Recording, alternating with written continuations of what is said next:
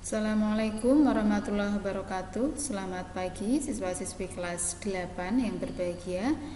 Pada video kali ini kita akan belajar tentang bangun ruang sisi datar atau BRSD. Ini masih dalam semester kedua, ini pertemuan kelima. Yang kita pelajari pada pertemuan kali ini yaitu tentang pengertian dan unsur-unsurnya. Bangun ruang sisi datar. Bangun ruang sisi datar ini sudah pernah kalian pelajari di SD dulu, yaitu ketika kalian mengenal tentang kubus dan balok. Nah, kita ulang dulu ya materinya. Bangun ruang adalah suatu bangun 3 dimensi yang memiliki volume atau isi. Bangun ruang digolongkan menjadi 2 bagian, yaitu bangun ruang sisi datar dan bangun ruang sisi lengkung. Yang termasuk dalam bangun ruang sisi datar yaitu kubus, balok, prisma, limas, dan sebagainya. Semua yang sisinya datar. Sementara untuk bangun ruang sisi lengkung terdiri atas kerucut, tabung, bola, dan sebagainya. Tetapi nanti di SMP ini yang kalian pelajari hanya kubus, balok, prisma, limas, atau bisa kita sebutkan sebagai prisma dan limas. Kemudian untuk bangun ruang sisi lengkung nanti hanya mempelajari kerucut, tabung, bola, itu pun di kelas 9. Nah, yang pertama kita mengulang dulu tentang unsur-unsur bangun ruang sisi datar. Perhatikan bangun ruang KLMN OPQR berikut. Ini adalah balok ya. Menamainya menggunakan huruf besar. Kita menamainya dari titik sudut pada sisi alasnya. KLMN OPQR, membacanya memutarnya urut bersesuaian. Kalau misal ke kanan ya yang atas harus ke arah kanan, memutar ke belakang. KLMN OPQR. Nah, unsur-unsur dari bangun ruang yang pertama ada sisi atau bidang, yaitu permukaan terluar suatu bangun ruang. Sisi memiliki luas. Bangun ruang maksud saya di sini bangun ruang di samping ya, memiliki 6 buah sisi, antara lain sisi bawah, sisi atas, depan, belakang, kanan, dan kiri. Nah, sisi yang dimaksud di sini adalah bagian yang berwarna merah muda ini, yang berwarna pink. Ini namanya sisi, bagian tepi terluar. Sisinya ada 6, sisi yang depan KLPO, kemudian sisi yang kanan LMQP, sisi yang kiri KNRO, kemudian sisi belakang NMQR, kemudian alasnya KLMN, atasnya OPQR. Ini semua namanya sisi, bagian terluar. Kalau pada HP kalian sisinya adalah yang ini, yang bisa diraba. Ini juga sisi. Kemudian rusuk yakni pertemuan antara dua sisi pada bangun datar yang berupa garis. Bangun di atas, bangun ini memiliki 12 rusuk. Rusuk itu adalah garis ini ya, garis batas ini. KL, LM, MN, KN, KO, kemudian LP, MQ, NR, OP, PQ, QR, RO, itu semua dinamakan rusuk. Berikutnya yang ketiga yaitu titik sudut, yakni titik hasil pertemuan antara dua rusuk atau lebih pada sebuah bangun ruang. Bangun di samping ini memiliki 8 buah titik sudut. Titik sudut itu berarti pojok-pojoknya ini ya. K, titik K, titik L, titik M, titik N, titik O, titik P, titik Q, titik R. Kita bedakan, kalau sisi tadi bagian sini yang bisa kita raba, tepinya garis lurus ini namanya rusuk. Tepi ini namanya rusuk, pinggirannya itu rusuk. Titik sudutnya adalah pojoknya, ini namanya titik sudut. K, L, M, N, kemudian titik O, titik P, titik Q, dan titik R. Berikutnya ada diagonal sisi atau bidang, yaitu garis yang merupakan diagonal dari masing-masing sisi pada bangun ruang tersebut. Diagonal bidang atau diagonal sisi itu terletak pada satu buah sisi. Contoh di sini sisi LMQP, garis yang berwarna biru utuh ini dinamakan diagonal sisi atau diagonal bidang. LQ, PM, kemudian KP, LO, KM, LN, KR, NO, NQ, MR, OQ, PR. Itu semua dinamakan diagonal sisi. Semuanya ada 12 kalau pada balok, karena tadi balok mempunyai 6 buah sisi. Satu sisi mempunyai 2 buah diagonal bidang. Berarti diagonal bidang pada balok itu ada 12. Berikutnya adalah yang kelima, ada yang namanya diagonal ruang. Diagonal ruang kalau pada gambar ini adalah garis biru yang putus-putus. Maaf ya, gambarnya ini. Pada garis ini, garis biru yang putus-putus RL ini dinamakan diagonal ruang, yaitu ruas garis yang menghubungkan dua titik sudut yang berhadapan dalam satu ruang. Bangun di samping ini, diagonal ruangnya berarti RL, kemudian OM, kemudian ada kaki, kemudian ada NP. Diagonal ruangnya ada 4. Garis yang menghubungkan dua titik yang berhadapan dalam satu ruang ini, menyilang ini ya, dari ujung pojok ke pojok yang lain pada sisi di bagian bawah di ujung yang lain. Kemudian berikutnya ada bidang diagonal. Bidang diagonal yakni bidang yang dibatasi oleh dua rusuk dan dua diagonal sisi atau bidang. Contoh, pada bangun di atas bidang diagonalnya adalah LMRO. Bidang yang berwarna kuning ini dinamakan diagonal bidang. Dia berupa sisi. Sisi atau bidang yang dibatasi oleh dua rusuk, rusuk LM dan OR, kemudian dibatasi pula oleh diagonal sisi OL dan RM. Ini namanya bidang diagonal. Selain LMRO ada pula KPQN, kemudian MTO, ada pula NLPR, kemudian KLQR, kemudian OPMN. Nah, bidang diagonalnya ada 6, sedangkan diagonal ruangnya ada 4. Itu kalau pada bangun balok atau kubus sama saja. Nah, berikutnya tentang jenis-jenis dari bangun ruang sisi datar. Bangun ruang sisi datar memiliki banyak sekali variasi bentuk, mulai yang bentuknya beraturan hingga yang bentuknya tak beraturan. Namun pada bab ini kita hanya membahas bangun ruang sisi datar yang bentuknya beraturan seperti prisma dan limas. Adapun kubus dan balok itu adalah bentuk khusus dari prisma. Nah, untuk itu kita perlu tahu apa itu prisma. Prisma adalah bangun ruang yang memiliki dua sisi sejajar yang sama bentuk dan ukurannya. Alas dan tutupnya harus sama. Dua sisi yang sejajar tersebut dinamakan sisi alas dan sisi atas atap atau tutup, sedangkan sisi yang lainnya disebut sisi tegak. Bentuk alas prisma bisa pula berupa segitiga, segi 4, segi 5, dan seterusnya. Prisma dinamakan sesuai bentuk alas dan sisi tegaknya. Seperti pada contoh berikut dilihat. Ini namanya prisma segitiga karena alasnya berbentuk segitiga. Tutupnya juga sama segitiga. Kemudian persegi panjang yang berdiri ini dinamakan sisi tegak. Nah, berikut adalah contoh-contoh dari prisma. Ini prisma tegak segitiga karena dia tegak ke atas, tidak miring. Kemudian ini prisma tegak segi 4 karena alasnya berbentuk segi 4. Jika alasnya persegi panjang dinamakan balok, tapi jika semua sisinya berbentuk persegi dinamakan kubus.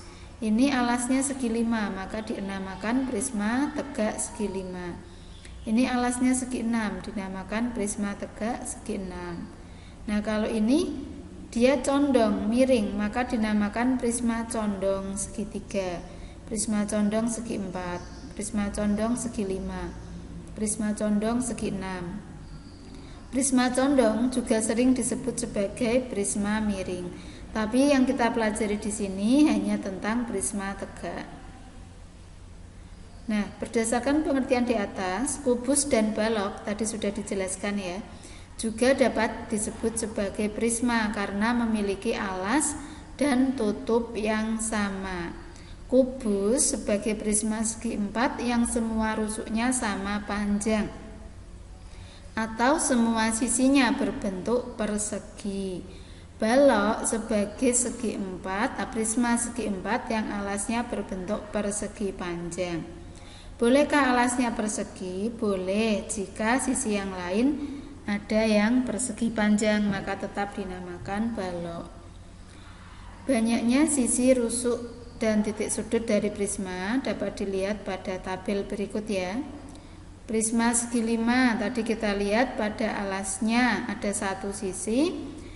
Kemudian ini prisma segitiga dulu. Pada prisma segitiga tadi alasnya 1, tutupnya 1, tegaknya ada 3, berarti sisinya ada 5. Prisma segi 4, ini kubus misalnya, tadi sisinya ada 6. Prisma segi 5, tadi alasnya, tutupnya yang tegak ada 5, sehingga banyak sisinya ada 7. Sehingga kalau kita simpulkan, kalau prisma segitiga sisinya ada 5, segi 4 ada 6, segi 5 ada 7, dia bertambah 2, 3 jadi 5, 4 jadi 6, 5 jadi 7. Maka kalau segi n, rumusnya adalah n tambah 2. Rumus banyak sisi untuk prisma segi n. Kemudian rusuknya, kalau prisma segitiga alasnya ada 3, rusuk tegaknya 3, kemudian pada tutupnya ada 3, semuanya 9. Prisma segi 4 ini balok atau kubus. Tadi sudah banyak rusuknya ada 12. Prisma segi 5 alasnya ada 5 rusuk, tegaknya 5 rusuk, tutupnya 5 rusuk. Berarti semuanya 15. Prisma segitiga ada 9, segi 4 12, segi 5 15, 3 kalinya ya. Berarti kalau prisma segi n banyak rusuknya adalah 3n. Sedangkan untuk titik sudutnya, prisma segitiga di bagian bawah ada 3 titik, bagian atas 3 titik, semuanya ada 6. Prisma segi 4 ini kubus, rusuknya, titik sudutnya ada 8. Prisma segi 5 alasnya ada 5 titik sudut, tutupnya ada 5 titik sudut, berarti semuanya ada 10. Segitiga tadi ada 6, segi 4 ada 8, prisma segi 5 ada 10, 2 kalinya. Berarti jika prisma segi n banyak titik sudutnya adalah 2n. Kemudian kita belajar sedikit mengulang kembali tentang limas. Limas adalah bangun ruang yang alasnya berbentuk segi banyak, bisa segitiga, segi 4, segi 5 dan seterusnya, dan sisi tegaknya berbentuk segitiga yang berpotongan pada satu titik. Titik potong dari sisi-sisi tegak limas disebut titik puncak. Nah, pada gambar ini dinamakan titik puncak limas. Limas dinamakan sesuai bentuk alas dan sisi tegaknya seperti pada contoh berikut. Nah, perhatikan dulu limas ini ya. Alasnya segi 4, nanti dinamakan limas segi 4. Alasnya yang berwarna merah muda. Sisi tegak itu adalah sisi berbentuk segitiga yang berdiri ini dinamakan sisi tegak. Kalau sisi yang miring ini, rusuk yang miring ini dinamakan rusuk tegak. Yang bawah ini namanya rusuk alas. Ini rusuk alas, ini rusuk tegak. Kemudian titik yang atas dinamakan titik puncak. Memberikan namanya, ini alasnya segitiga, maka limas segitiga. Yang hijau alasnya segi 4, berarti 5 segi 4. Yang biru alasnya segi 5, berarti 5 segi 5. Yang ungu alasnya segi 6, berarti 5 segi 6. Kalau ini miring, maka dinamakan limas condong segi 4. Berikutnya kita belajar tentang banyak sisi, rusuk, dan titik sudut dari limas dapat dilihat pada tabel berikut. Nah, apakah seperti ini harus hafal? Tidak, selama kita masih mengingat bentuknya. Kalau prisma tadi alas dan tutupnya sama, yang berdiri itu rusuk tegak.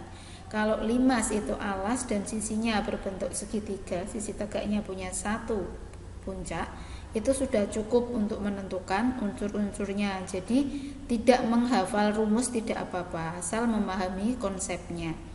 Nah, yang pertama limas segitiga ini ya, punya berapa sisi alas? Rusuk, sisi tegaknya ada 3, berarti alasnya 1, berarti ada 4. Limas segi 4 alasnya 1, yang tegak ada 4, berarti 5. 5 segi 5, alasnya 1, sisi tegaknya 5, berarti 5 tambah 1, 6. Nah, kalau 5 segi N, berarti otomatis tinggal bertambah 1, karena sisi tegaknya itu sama dengan N, ditambah alasnya 1, berarti N ditambah 1. Sedangkan rusuknya, kalau 5 segi 3, rusuknya ada 3 yang alas, rusuk tegaknya ada 3, 3 dengan 3, 6. 5 segi 4, pada bagian alas ada 4, rusuk tegaknya juga ada 4, 4 tambah 4, 8. 5 segi 5, alasnya ada 5 rusuk, kemudian pada rusuk tegaknya 5 pula, sehingga jumlahnya 10. Ternyata 2 kalinya ya.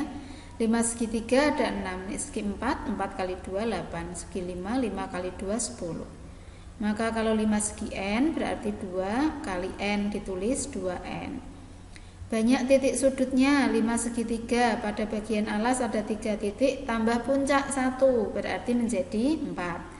5 segi 4, alasnya ada 4 titik, tambah puncak 1, berarti 5. 5 segi 5, alasnya ada 5 titik, kemudian puncaknya 1, berarti 6. Kalau 5 segi 6, alasnya ada 6 titik, tambah puncaknya 1, berarti 7. Nah, kalau 5 segi N, alasnya ada N titik, tambah 1, puncaknya berarti ada N tambah 1 titik. Nah, itu cara mengidentifikasi banyaknya sisi, rusuk, dan titik sudut dari limas. Nah, berikutnya lagi kita perlu dikenalkan tentang jaring-jaring, prisma, dan limas. Apa itu jaring-jaring? Jaring-jaring bangun ruang adalah susunan dari sisi-sisi bangun ruang yang jika dilipat akan membentuk bangun ruang tersebut. Setiap prisma dan limas memiliki lebih dari 1 jaring-jaring. Berikut beberapa contoh jaring-jaring, prisma, dan limas. Intinya jaring-jaring itu adalah misal kubus, terus kubusnya dibuka. Lah, itulah jaring-jaringnya. Ini ada kubus gambar yang pertama yang berwarna abu-abu ya. Kemudian jika dibuka terdiri dari 6 buah persegi yang sama. Ini adalah jaring-jaring balok. Ada ini alas, ini tutupnya, kemudian ini yang sisi yang lain. Kemudian ini jaring-jaring limas segi 4. Alasnya berupa segi 4. Kemudian sisi tegaknya berbentuk segitiga yang sama. Ini prisma segitiga, alasnya berbentuk segitiga. Sisi yang lain, sisi tegaknya berbentuk persegi panjang. Nah, berikutnya bagaimana contoh soal untuk pengenalan bangun ruang sisi datar? Contoh yang pertama, diketahui prisma segi 6. Tentukan banyak sisi, rusuk, dan titik sudutnya. Nah, segi 6 ya, prisma berarti banyak N-nya 6. Boleh memakai rumus seperti ini. Banyak sisinya N ditambah 2, berarti 6 tambah 2, 8. Banyak rusuknya 3N, 3 kali 6 sama dengan 18. Banyak titik sudutnya 2N, 2 dikali N-nya 6, 2 dikali 6 yaitu 12. Rumus ini dari tabel yang tadi, atau boleh dengan membayangkan. Prisma segi 6 berarti sisinya berbentuk segi 6. Banyak sisinya berarti sisi alas, sisi atas, yang tegak ada 6, berarti 6 tambah alas tambah atas, 6 ditambah 2 jadinya 8. Banyak rusuk, banyak garisnya, segi 6 banyak garisnya ada 6, alas 6, atas 6, yang tegak rusuk tegaknya 6, berarti 6 dikali 3, 18. Banyak titik sudutnya karena segi 6 di bawah ada 6, di atas, sisi yang atas juga ada 6, berarti 6 dikali 2 ada 12. Kemudian contoh yang kedua, diketahui limas segi 7. Tentukan banyak sisi, rusuk, dan titik sudutnya. Segi 7 berarti nilai N-nya 7. Nah, boleh memakai rumus dari sini tadi. Banyak sisinya N tambah 1 berarti 7 ditambah 1 yaitu 8. Banyak rusuknya 2N, 2 dikali N, 2 kali 7 yaitu 14. Banyak titik sudutnya N ditambah 1 berarti 7 tambah 1 yaitu 8. Boleh memakai rumus ini, boleh pula dengan membayangkan. Limas tadi punya alas, punya sisi tegak segitiga, dan punya 1 puncak. Kalau limas segi 7 berarti alasnya berbentuk segi 7, Sisi tegaknya ada 7 ditambah alasnya 1, berarti banyak sisinya 7 tambah 1 yaitu 8. Banyak rusuknya 5 segi 7. Garisnya ada 7, berarti alasnya ada 7. Rusuk tegaknya ada 7, berarti 7 dikali 2, 14. Banyak titik sudutnya 5 segi 7, alasnya ada 7 titik sudut, tambah puncaknya 1, berarti 7 tambah 1 ada 8 titik sudut. Nah, itu adalah beberapa informasi. Kita mengulang kembali informasi di SD dan juga informasi tambahan tentang bangun ruang sisi datar, prisma dan limas. Nah, prisma tadi contohnya bisa berupa kubus, balok, prisma segitiga dan lain sebagainya. Kalau limas tadi ada 5 segi 4, 5 segi 3 dan sebagainya. Yang kita pelajari hanyalah yang berupa prisma tegak dan limas tegak. Nah, demikian materi yang saya sampaikan untuk pertemuan hari ini. Semoga bermanfaat untuk anak-anak. Tetap semangat belajar. Silakan subscribe untuk mendapatkan info video terbaru lainnya. Saya akhiri. Assalamualaikum warahmatullahi wabarakatuh.